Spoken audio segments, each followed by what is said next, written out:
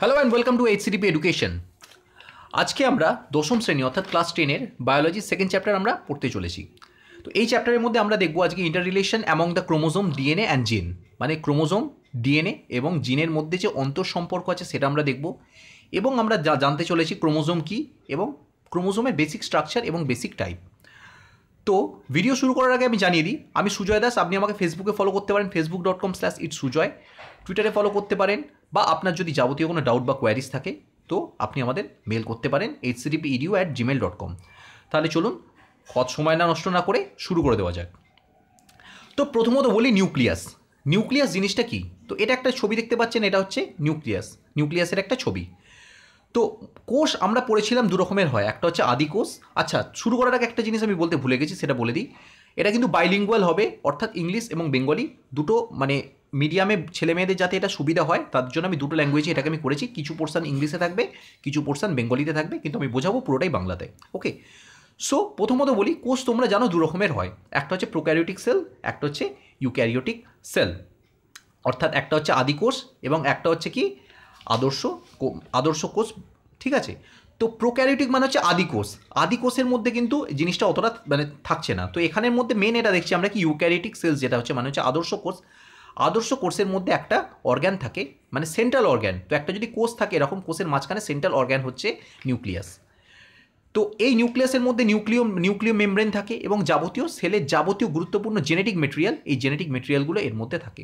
Even DNA, deoxyribonucleic acid, তো nucleic বা in general যদি বলি নিউক্লিক অ্যাসিড এই নিউক্লিয়াসের মধ্যে থাকে। এবং অন্যান্য প্রোটিন থেকে শুরু করে অন্যান্য সেলের যাবতীয় গুরুত্বপূর্ণ যে উপাদানগুলো আছে সেই উপাদানগুলি এই নিউক্লিয়াসের মধ্যে থাকে।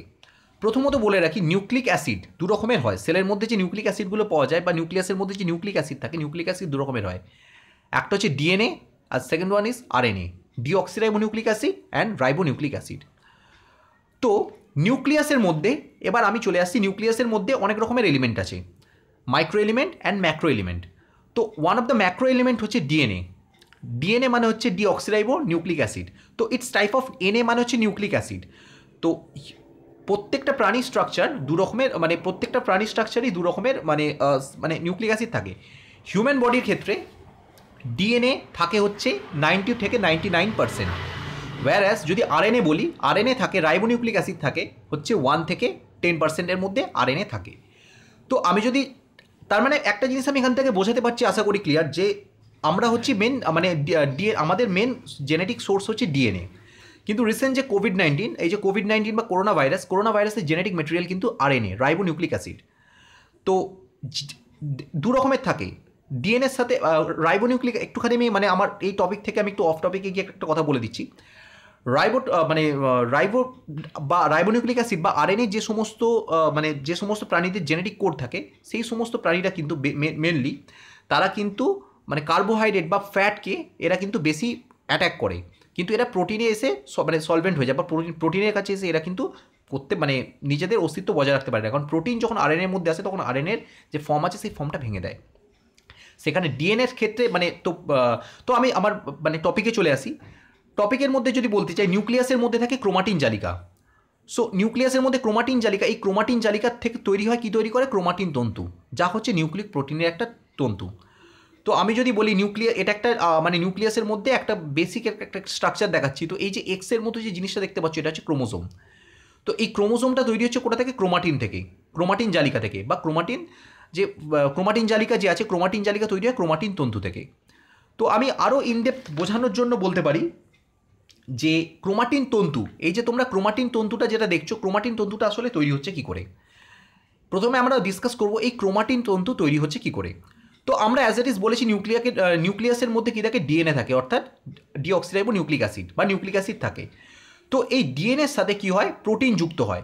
প্রোটিন দু রকমের হয়, একটা হচ্ছে ইস্টন প্রোটিন আর একটা হচ্ছে নন ইস্টন প্রোটিন। তো যখনই ডিএনএর সাথে প্রোটিন যুক্ত হয়, প্রোটিন মানে আমি আবার মানে দু রকমের প্রোটিনের মধ্যে যে কোনো একটা বা যে দুটোই হতে পারে। তো এখানে তৈরি হয় কি? দুটো তৈরি হলে তৈরি হয় নিউক্লিয় প্রোটিন। এবং নিউক্লিয় প্রোটিন যে তৈরি হচ্ছে, নিউক্লিয় প্রোটিন মানে নিউক্লিক অ্যাসিডের নিউক্লিয় আর প্রোটিনের প্রোটিন, নিউক্লিয় প্রোটিন, এই নিউক্লিয় প্রোটিনটাই তৈরি হচ্ছে কি আমাদের বেসিক ক্রোমাটিন তন্তু বা ক্রোমাটিন ফাইবারের যে বেসিক একদম ইনফ্রাস্ট্রাকচার। তো এই ক্রোমাটিন তন্তু থেকেই তৈরি হচ্ছে কি ক্রোমোজোম। তো এবার আস্তে আস্তে আমরা ক্রোমাটিন তন্তু তাহলে আমরা কীভাবে তৈরি হলো সেই জায়গাটা আমাদের বোঝা গেল। আই হোপ তোমাদের ডাউটটা ক্লিয়ার হয়েছে। তো এই জিনিসগুলো কিন্তু তোমরা নোট করে নিতে পারো। তো এরপর আসছি কি আমাদের ক্রোমোজোম। তো ক্রোমোজোম কি, ক্রোমোজোম যে এই যে ছবিটা দেখতে পাচ্ছ এটা একটা ক্রোমোজোমের একটা গ্রাফিক্যাল একটা রিপ্রেজেন্টেশন।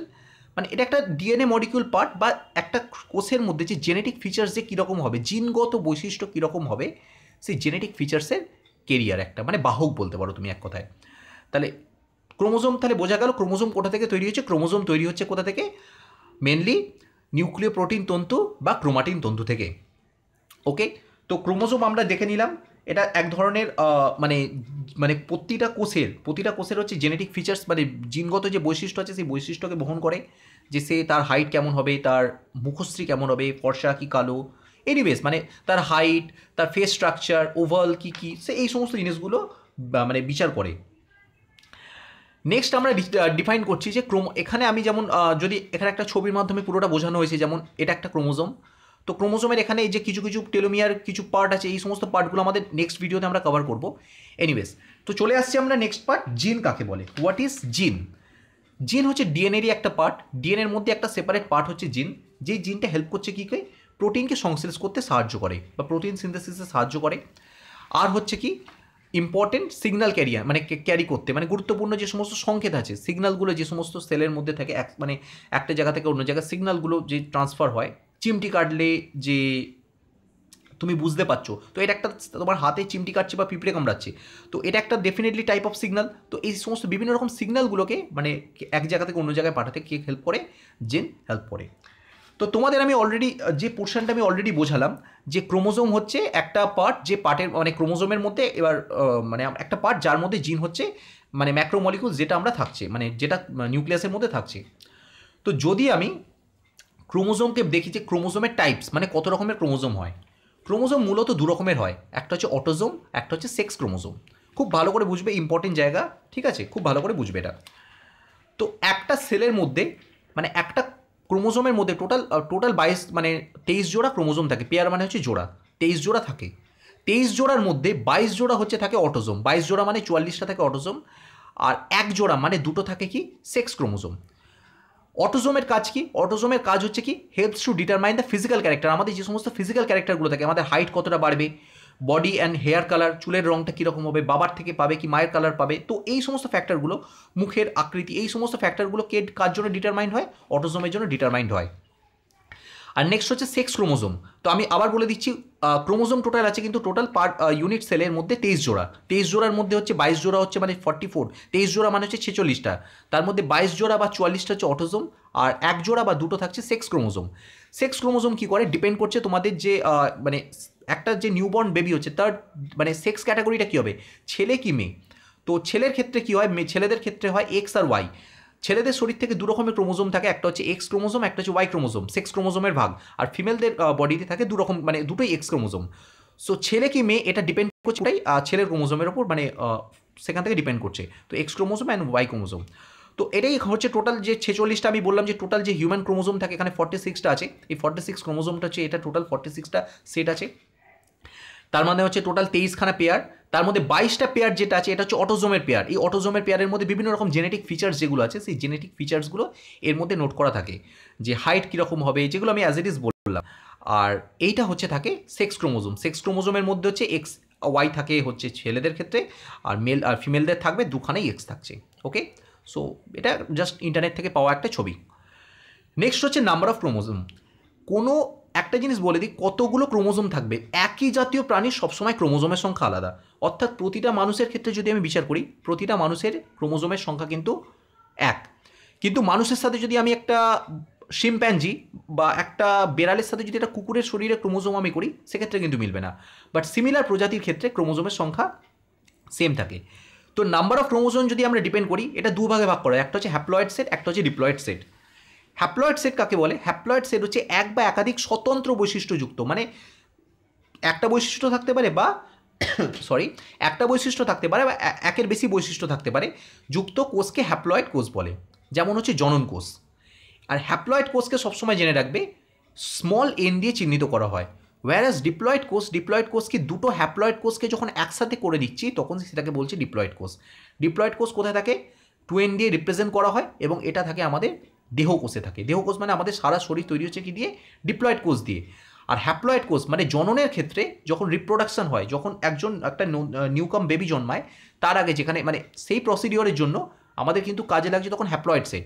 আর বডি তৈরিতে, হিউম্যান বডি তৈরিতে, হিউম্যান অর্গ্যানস তৈরিতে যে সমস্ত সেল লাগে সেটা হচ্ছে diploid cell. So haploid cell and diploid সেলের মধ্যে কনফিউশন করবে না। হ্যাপ্লয়েড সেটে কতগুলো থাকে? হ্যাপ্লয়েড সেটে কতগুলো থাকে টোটাল? মানে হ্যাপ্লয়েড সেটকে মানে 22টা থাকে টোটাল, 44। তো আমি যদি হ্যাপ্লয়েড ক্রোমোজোমের কথা বলি, হ্যাপ্লয়েড ক্রোমোজোম কতগুলো থাকছে? সিঙ্গেল সেট মানে 23টা। ডিপ্লয়েড কী হবে? এর সিম্পল ডবল হবে। তো এখানে যদি 23 হয়, এখানে হচ্ছে 46টা। এবার আমরা জানি 23টার মধ্যে সবসময় 22টা হয় কি অটোজোম, আর একটা হয় কি সেক্স ক্রোমোজোম। তো 22টা যখন অটোজোম হচ্ছে, একটা সেক্স ক্রোমোজোম হচ্ছে, তো একটা সেক্স ক্রোমোজোমের মধ্যে আইদার মানে এক্স, মেয়েদের ক্ষেত্রে ডেফিনেটলি এক্স হচ্ছে, ছেলেদের ক্ষেত্রে আইদার এক্স অর ওয়াই। তো এটার ক্ষেত্রে সেক্স ডিটারমিনেশন এখানে কাজে লাগছে। ওয়ারাস আমি যদি ডিপ্লয়েড ক্রোমোজোমের ক্ষেত্রে দেখি, মানে সারা বডি, যেখানে সমস্ত শরীর থেকে হাত পা মাথা থেকে শুরু করে প্রতিটা অর্গ্যান তৈরির ক্ষেত্রে ঠিক এর ডাবল নাম্বার অফ ক্রোমোজোম এখানে ক্রোমোজোম থাকছে, মানে 23 দুগুণে 46টা। তার মধ্যে 44খানা থাকছে অটোজোম, আর 2খানা থাকছে কি সেক্স ক্রোমোজোম। তার মধ্যে মেল ছেলেদের ক্ষেত্রে থাকছে, মানে ছেলেদের বডিতে থাকছে 2খানা এক্স আর ওয়াই, আর ফিমেলদের ক্ষেত্রে থাকছে এক্স আর এক্স। তো হ্যাপ্লয়েড সেট আর ডিপ্লয়েড সেটের আমি এখানে একটা কী বলবো, ক্রোমোজোমের একটা ছবি দিয়ে এখানে একটা গ্রাফিক্যাল রিপ্রেজেন্ট দিয়ে মানে বোঝানো হয়েছে। তো এখানে বলছে প্রত্যেকটা 3খানা করে সেট আছে। তো সেটের ক্রোমোজোম, তো ডিপ্লয়েড সেটে প্রত্যেকটা দেখতে পাচ্ছ ডুয়াল করে সেট আছে। কারণ একটা জিনিস আমি এখান থেকে মানে জাস্ট বেসিক ইন্ট্রোডাকশানের জন্য মানে বলে দিচ্ছি, যদি যে যখন জেনে রাখবে, যখন একটা সেল থেকে অন্য সেল যখন জন্ম হচ্ছে, মানে এই যে প্রথমেই আমরা বললাম এখানে একটা জায়গায় যে জনন কোষ মানে কি, যেখানে মানে একটা নিউবর্ন বেবি জন্মাচ্ছে, তো সেখানে ক্ষেত্রে হ্যাপ্লয়েড সেলের ভূমিকা কিন্তু তো মানে খুবই গুরুত্বপূর্ণ ভূমিকা পালন করছে। কিন্তু যখন এটা কোনো হিউম্যান বডি ফর্মে তৈরি আসবে, তখন সেখানে কিন্তু ডিপ্লয়েড সেটের গুরুত্বপূর্ণ ভূমিকা খুবই রয়েছে। তো এখানে আমি ভিডিও লেকচারটা শেষ করছি। যদিও আমি বায়োলজি স্টুডেন্ট নয়, আই এম অ্যান অ্যাকাউন্টেন্ট, আমি একজন কমার্সের স্টুডেন্ট। সো আশা করি আপনাদের ভালো লেগেছে। যদি ভালো লেগে থাকে, যদি বায়োলজি রিগার্ডিং আপনাদের টেস্ট সিরিজ বা এরকম রিগার্ডিং যদি আপনাদের লেকচার যদি দেখতে চান, তাহলে ডেফিনেটলি কমেন্ট করুন, লাইক করুন। চ্যানেলে নতুন হলে চ্যানেলটাকে ডেফিনেটলি সাবস্ক্রাইব করুন। Thanks for watching.